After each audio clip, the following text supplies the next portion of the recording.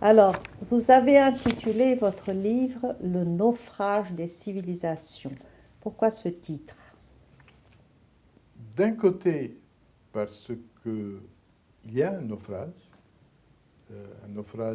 moral que je perçois dans plusieurs régions du monde, et euh, les civilisations, parce que ce n'est pas un naufrage qui concerne uniquement une civilisation, une région du monde, mais c'est l'ensemble qui est concerné. On a parlé à certains moments du choc des civilisations, on a parlé de l'alliance des civilisations.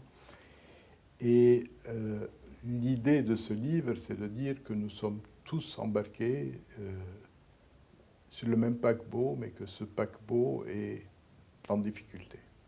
D'ailleurs, vous finissez le livre en parlant du Titanic. Je pense que le Titanic représente un peu l'image emblématique du naufrage. Et c'est vrai que nous sommes dans un monde où, d'abord, nous sommes tous embarqués sur le même paquebot. Et le Titanic avait la particularité de grouper des gens de toutes conditions, de toutes origines. Il avait aussi la particularité de se croire euh, insubmersible. Et, euh, et nous avons cette impression aussi, nous avons le sentiment parfois que notre monde peut continuer, quels que soient les égarements, quels que soient les problèmes, et que finalement les problèmes finiront par se régler d'eux-mêmes. Je crois qu'il faut prendre conscience du fait que les problèmes ne se règlent pas forcément d'eux-mêmes et qu'on a besoin quand même d'être lucide, d'être conscient de ce qui arrive et de chercher parfois des solutions. Vous pensez donc que le rôle des intellectuels est un rôle important?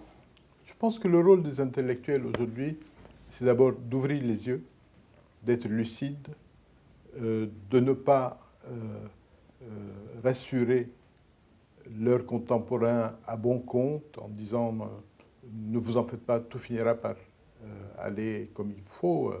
Je crois qu'il ne faut pas non plus diffuser le désespoir.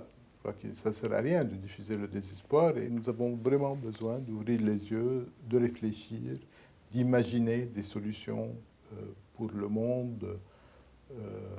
En plus, le monde d'aujourd'hui est un monde où il y a un développement économique, scientifique, technologique extraordinaire. Nous avons les moyens de résoudre tous les problèmes de la planète et il n'y a pas de raison particulière pour que le monde soit en difficulté comme il l'est. Nous devons essayer je dirais, d'élever notre niveau moral euh, au niveau de notre développement scientifique et technologique et économique. À votre avis, le naufrage est-il dû à l'échec de l'utopie communiste et au triomphe du capitalisme ou au vide né de l'ancien antagonisme? Euh, je pense que l'impression de naufrage a beaucoup d'explications. La première, c'est que au moment où la guerre froide s'est terminée et que l'on a constaté l'échec du modèle communisme, la réponse que l'on a apportée n'était pas adéquate. Au niveau stratégique, on s'est retrouvé avec une seule superpuissance qui, pendant 30 ans, aurait dû mettre en place un nouvel ordre international et qui ne l'a pas fait, qui ne s'est pas montré capable de le faire. Je parle évidemment des États-Unis. Ils avaient une primauté qui était reconnue par tous. Ils avaient le temps de mettre en place un système qui fonctionne et malheureusement, on ne l'a pas fait et la crédibilité morale de cette puissance n'a fait que diminuer au cours de ces 30 dernières années. Sur le plan des systèmes économiques, il est clair que le modèle communiste a échoué. Le modèle qui s'est mis, qui est devenu le modèle de référence, est un modèle qui est certainement beaucoup plus performant, mais qui arrive aujourd'hui à un niveau d'essoufflement. On a le sentiment que cette idée d'un capitalisme qui ne veut pas beaucoup se préoccuper de sa dimension sociale a provoqué une exacerbation des inégalités, que dans beaucoup de sociétés à travers le monde, il y a des gens très nombreux qui se sentent perdus, qui se sentent abandonnés, qui ne trouvent plus leur place dans la société, qui ne voient pas leur avenir. Et là, nous arrivons justement à un point où je n'irai pas jusqu'à dire que le capitalisme a échoué comme le communisme. Il n'a pas échoué au sens véritable, mais il a sérieusement besoin d'être repensé et redéfini. De toute façon, la présence massive des gens qui vivent dans les rues, c'est un échec considérable, n'est-ce pas? Il y a certainement un échec. Il y a beaucoup trop de gens aujourd'hui qui ont le sentiment de n'avoir plus d'avenir. L'élément déterminant a été, je dirais, quand, à partir de 1979, en Angleterre, puis à partir de l'année suivante aux États-Unis, on a décidé que le capitalisme n'allait pas entrer en compétition avec le modèle communiste sur le plan de ses performances sociales. Jusque-là, il y avait cette idée que le capitalisme était capable, même sur le plan social, de faire mieux que le communisme qui prétendait être la théorie qui allait diminuer les inégalités, aider les pauvres. Cette idée que le capitalisme avait un rôle social et une efficacité sociale s'est traduite par ce qu'on a appelé l'État-providence. On a eu notamment aux États-Unis, depuis les années 30, depuis la présidence de Franklin Roosevelt, on a un capitalisme social qui opérait.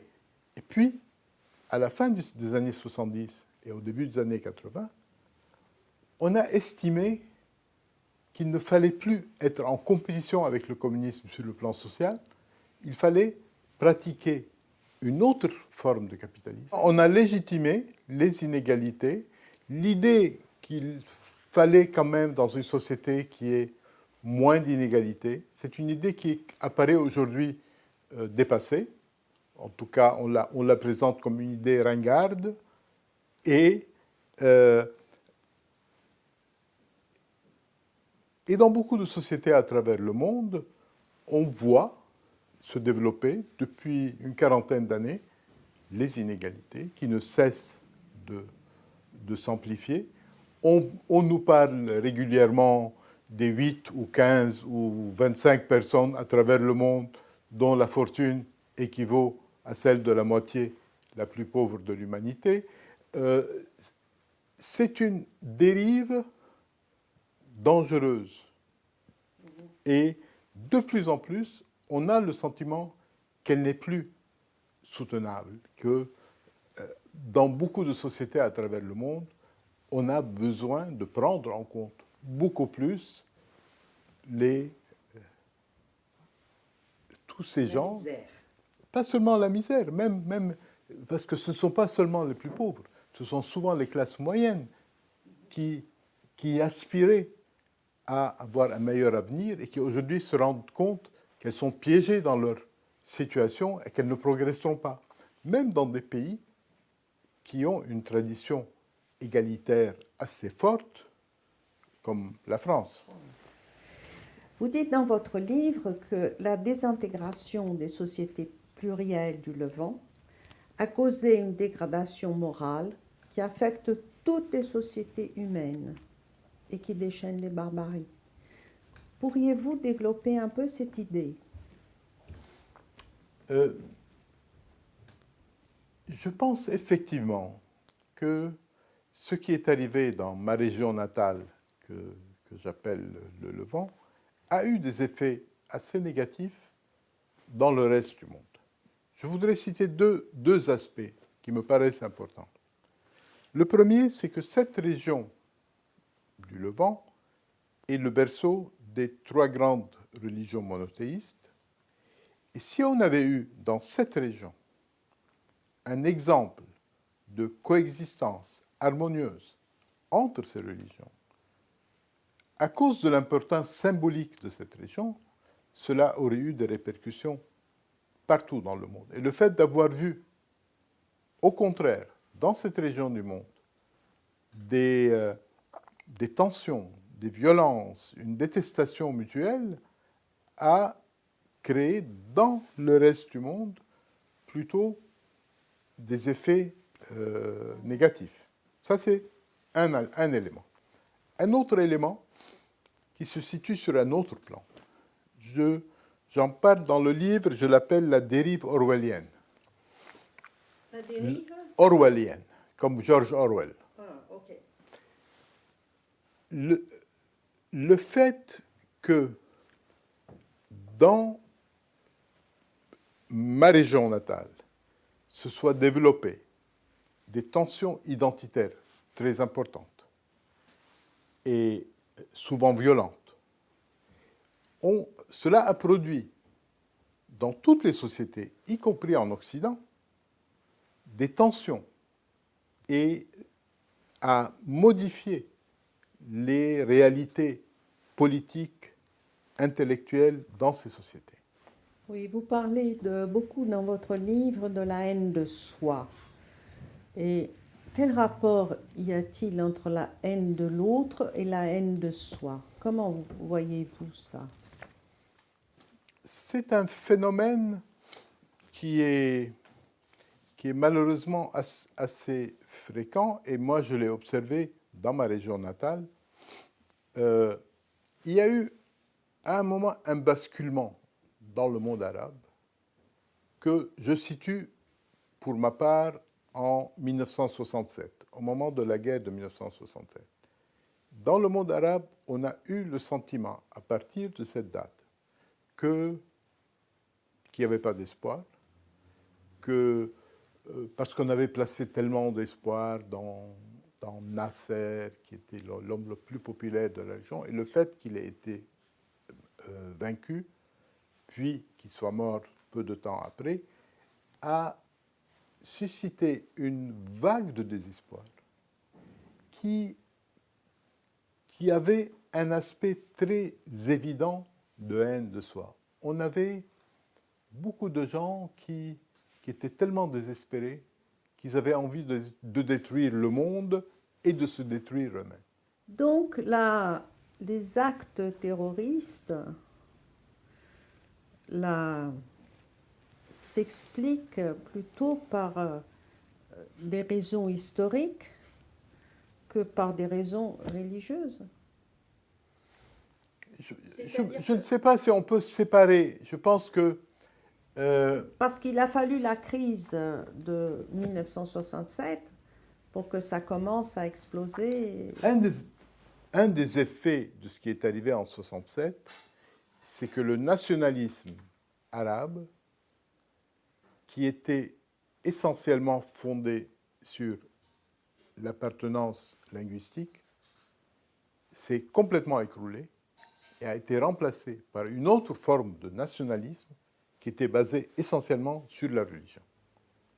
Et ça, c'est un changement majeur qui s'est produit au cours des années 70, qui a débouché sur la révolution iranienne, sur la montée de forces radicales dans diverses régions du monde.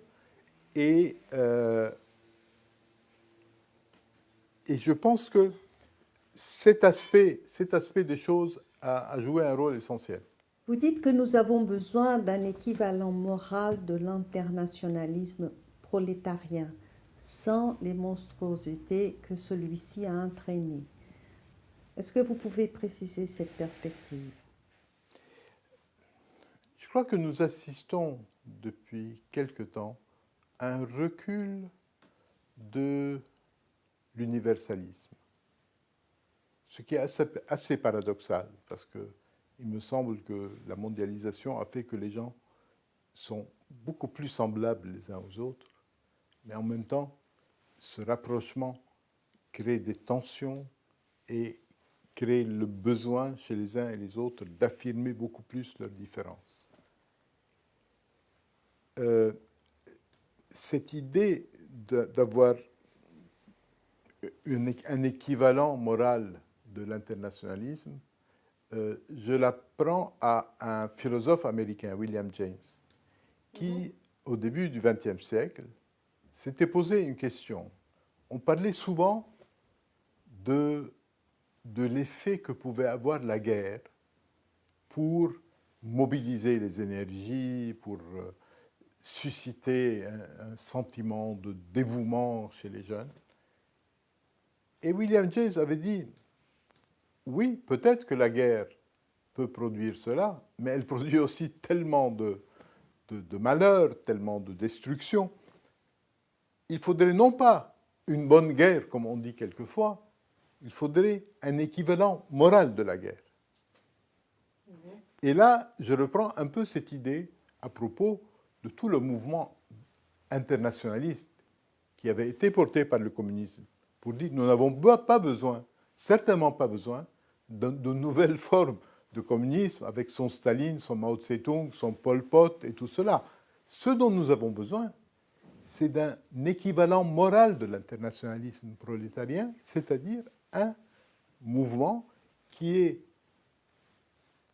prône activement la solidarité de tous les peuples, des travailleurs du monde entier, mais sans passer par les égarements du mouvement communiste. Et je pense sincèrement que nous sommes à un moment de l'histoire où il y a très peu d'idéologies qui structurent l'humanité.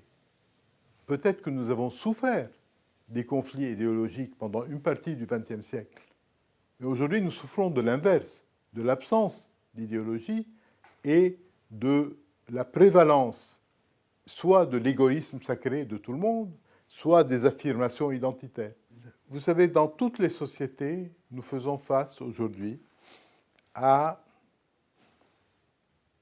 une forme de diversité qui est le produit du monde d'aujourd'hui, de la mondialisation, de la circulation des personnes. Et nous ne savons pas encore véritablement gérer cette diversité. Il y a des régions du monde qui gèrent mieux que d'autres. Je suis sûr, par exemple, que l'Amérique latine, à cause de son histoire, gère beaucoup mieux les différences, parce qu'il y a des gens qui sont venus tout au long de l'histoire, de tout le monde, et se sont mélangés et ont constitué des nations dont les origines remontent à toutes sortes de cultures, de civilisations. Déjà en Europe, la question se pose d'une manière beaucoup plus complexe. Les pays d'Europe ne sont pas, par vocation, des pays d'immigration. Ils le sont devenus de fait, mais ils ne le sont pas par vocation. Et l'arrivée de personnes nombreuses qui appartiennent à d'autres cultures, c'est compliqué à gérer, surtout dans l'atmosphère d'aujourd'hui, qui est une atmosphère de tension identitaire très forte. Et je pense que la question fondamentale aujourd'hui est celle des identités. Comment définir l'identité d'une personne et même d'une nation? Mon attitude, pour ma part, c'est qu'il faut assumer tous les aspects de son identité. Pour une personne, quand on vient de deux pays différents, il faut assumer l'appartenance à ces pays. Et la pire attitude, c'est de choisir parmi toutes les appartenances que l'on a, une seule, qui peut être religieuse ou nationale ou autre, et de dire c'est cela mon identité. Parce que l'identité, ce n'est pas une seule appartenance, c'est un ensemble de facteurs qui forment l'identité. Qu'est-ce qui explique, d'après vous, la difficulté qu'a la France de résoudre le problème de l'immigration? Parce que finalement, il n'y a pas tellement d'immigrants qui sont venus en France. Vous savez, je pense que, comme je l'ai dit, les sociétés européennes ne sont pas par vocation des sociétés d'immigration. Il n'est jamais facile de faire vivre ensemble des gens qui ont des origines différentes, des croyances différentes. Moi, je viens d'un pays qui est le Liban, où il y a des communautés très nombreuses. Certaines sont venues plus récemment, c'est-à-dire dans les 2 derniers siècles, mais beaucoup d'autres sont venus depuis plusieurs siècles. Le pays a essayé d'organiser les relations entre ces diverses communautés. Il y a eu des périodes où ça a fonctionné, mais dans l'ensemble, ça a toujours été délicat, et aujourd'hui, manifestement, ça ne marche plus très bien. Et je dirais la même chose de beaucoup de pays. Un pays comme les États-Unis, c'est un pays où il y a toutes sortes de peuples qui viennent de partout, de toutes les couleurs. Et moi, j'avais le sentiment qu'avec la présidence symbolique d'Obama, il y a une étape qui serait franchie et que ce problème ne se poserait plus de la même manière. Or, les tensions raciales aux États-Unis sont aussi fortes aujourd'hui qu'il y a 20 ans, peut-être même plus. Et c'est toujours difficile. Ce n'est jamais facile pour une société de gérer ces questions identitaires. Parce que notre vocation profonde, c'est d'aimer celui qui vous ressemble. Je pense Et que... pour pouvoir aimer le différent ou accepter le différent, à mon avis, il faut être éduqué dans ce sens. Je suis entièrement d'accord. Je pense que nous n'avons pas une tendance naturelle ni à accepter ni à rejeter l'autre. Oui. Simplement, tout dépend de la manière dont on a été éduqué et de la manière dont on est éduqué aujourd'hui.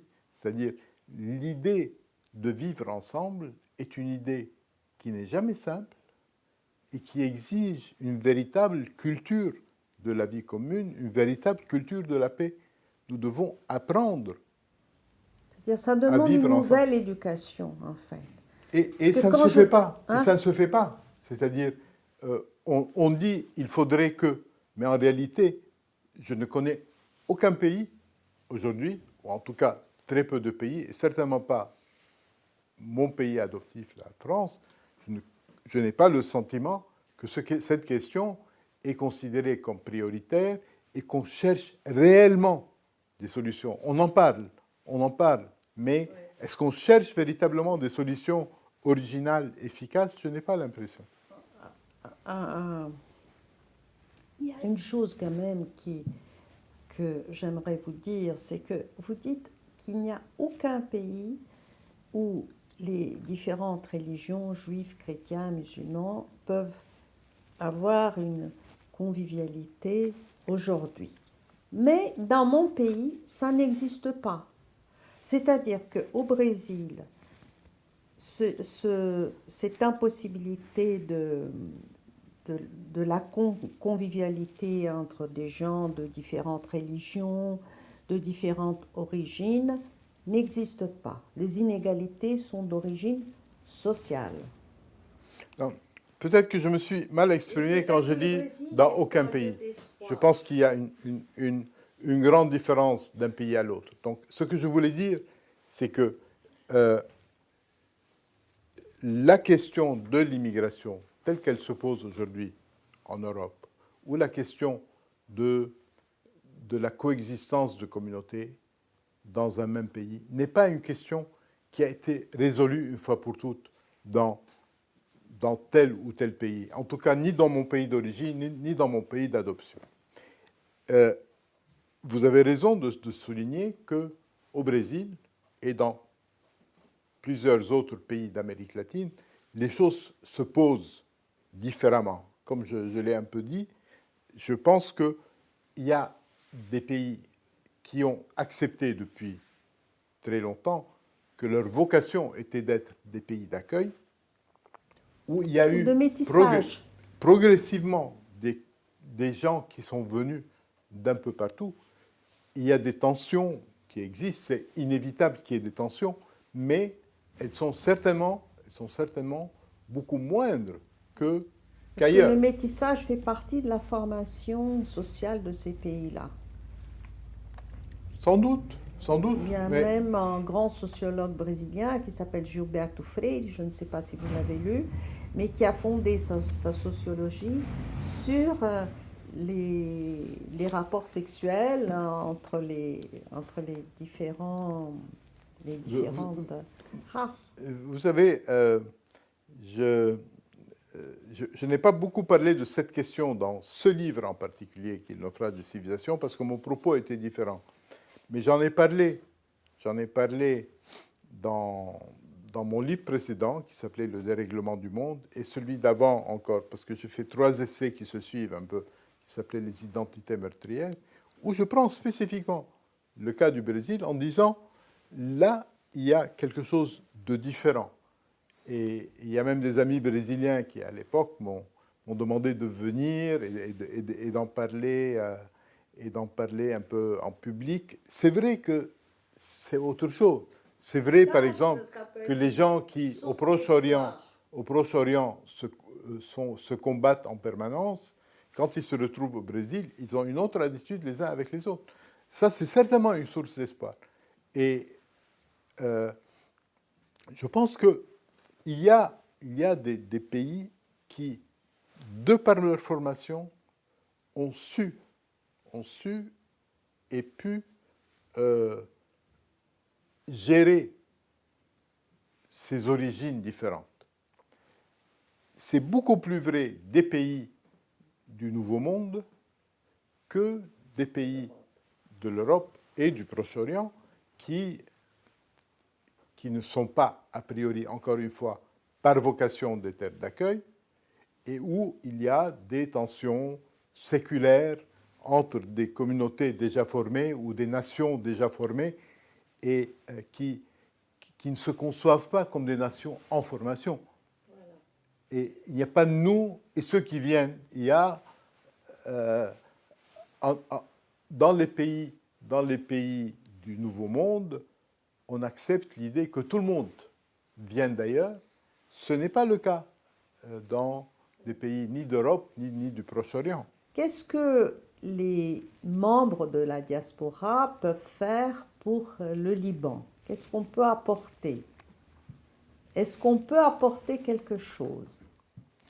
Je suis sûr qu'il y a beaucoup à apporter. Déjà un pays comme le Brésil a beaucoup apporté à la population du Liban. Je pense que les portes qui se sont ouvertes un jour au XIXe siècle ont été une bénédiction pour des centaines de milliers de personnes qui sont allées là-bas, qui se sont intégrées probablement mieux que partout ailleurs dans le monde.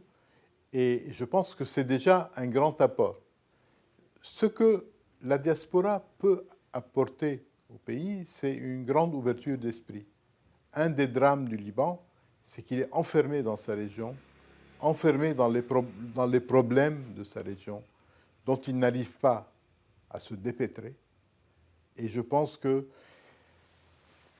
la diaspora lui donne un champ de respiration. Il faut que le pays, pour qu'il puisse exister, il faut qu'il s'ouvre sur le reste du monde. Il faut qu'il soit en symbiose avec tous ceux qui se sont installés un peu partout à travers le monde, plutôt que de rester piégé dans ces conflits proche-orientaux qui sont stériles et destructeurs. Merci beaucoup.